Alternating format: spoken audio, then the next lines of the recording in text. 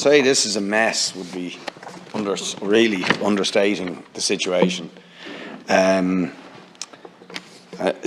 It's difficult to know where to begin, really, but I just want to signal at the outset that unless I can't really see credible justifications for some of the provisions of this bill being rammed through second committee and remaining stages in one day when they're dealing with such serious matters without proper scrutiny and without any real evidence or justification for what the Minister is trying to do here. So in the brief time allowed to me, I'll just summarise the rationale behind that statement. I mean, first of all, on the Board Pleanála, we all know Board Pleanála needs reform, radical reform, in how the board is nominated, in how many people would be on the board, its quorum, and so on.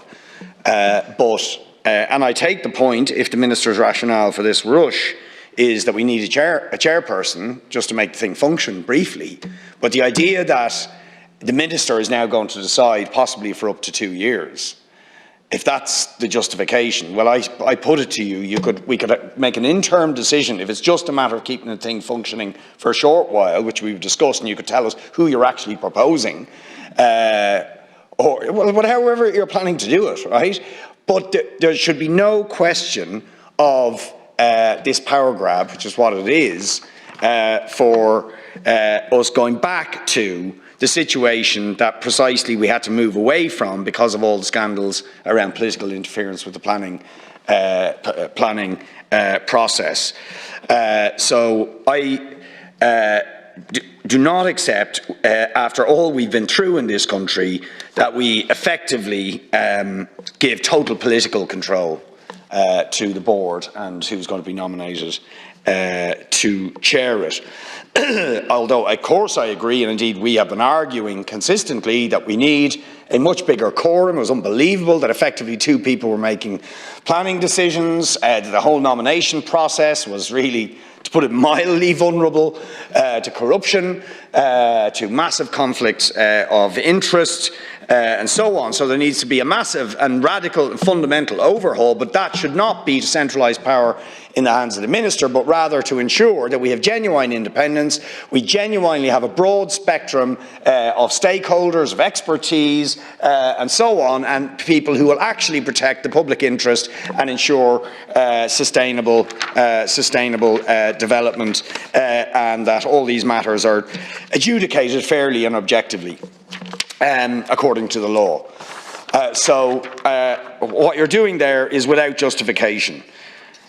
Secondly, on the Foreshore stuff. Now, I mean, it's pretty telling, isn't it, that we have environmentalists saying, don't do this, because we don't know what the possible implications are, but we're very worried about what they might be in terms of the changes to the Foreshore Act and what exactly that means.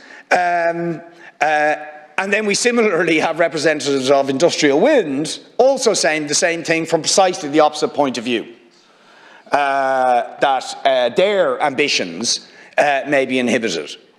And that's pretty extraordinary in and of itself, that we have the 2 ends of the spectrum of concern around our marine area, our maritime area, insofar as this bill impacts on it, having radically divergent views about what this actually does, what the unintended consequences might be, what legal consequences there may be, and potentially impacting, for example, on the occupancy rights of people like fishermen to actually fish certain areas if foreshore licences are given for certain things within the foreshore area, and we're not quite sure, indeed, because there's been major debates going on within the government department dealing with the foreshore as to what exactly the foreshore is anyway, where it begins and ends. That is not acceptable. All of these things need to be thoroughly scrutinised in here and cannot be rammed or rushed through, and it gives huge scope for unintended and indeed dodgy unintended consequences. So I think that the Minister should just press the pause button on all of this so that we can have the proper scrutiny and understand what we're doing, what the legal consequences are, what the impact on the various stakeholders, on our environment and so on might be. Lastly then, on the Part 8 planning process and the right of the public to be consulted on Part 8 planning proposals. I mean, I went to the briefing, and first of all this comes in on Monday, but I went to the briefing and we asked your officials, have you got any evidence whatsoever that this is necessary? Any? None. None. They were quite frank about it. We have no evidence. Any evidence that Part 8 planning processes and public consultation on them have been in any shape or form a blockage on the development of public development processes on public land?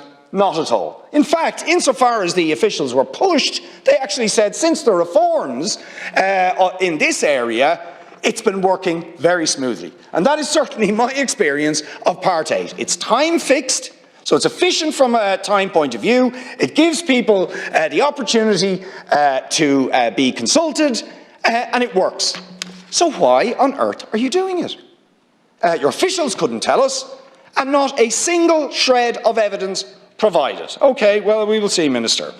But you see, to me, this smacks of something bigger, which is the myth, dare I say, I'm not allowed to say lie, so I won't say lie, the falsehood that the government keeps peddling, that the reason we can't deliver social housing and housing generally is because of all these terrible objectors.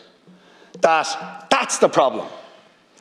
Now, I went to the trouble, and I have to say thanks to Killian Woods of the Sunday Business Post, fair play to him, for his article at the weekend, of pointing out that there's a thing called, in fact, Mel Reynolds has often pointed me to this document as well, something we should all read, because it's a government publication on Bill 2022, Construction Sector Performance and Capacity. This is the government's own analysis of why we're not building to a sufficient degree. Does it mention public consultation or planning processes once? Not once. Not once. Does it say public consultation, objections, times of planning? Not once.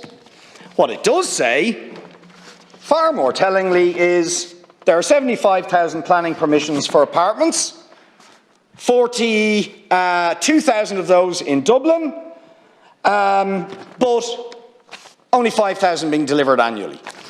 And it then explains why that might be the case. This could, quote, I'm quoting it, could indicate the speculative purchasing and holding of land with a view to greater future resale value. In other words, speculation.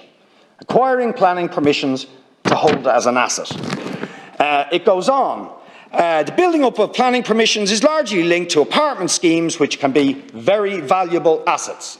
The report goes on.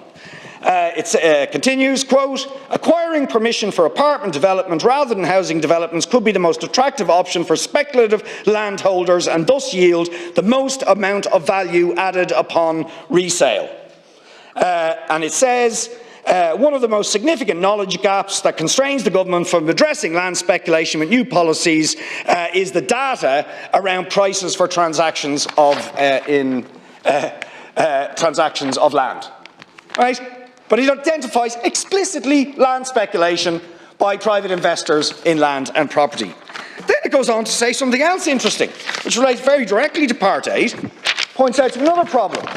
It says that one of the biggest barriers to improving productivity is the design time waste created by the lack of a collaborative approach between clients, which could in this case be the local authority, designers and the delivery team contractor.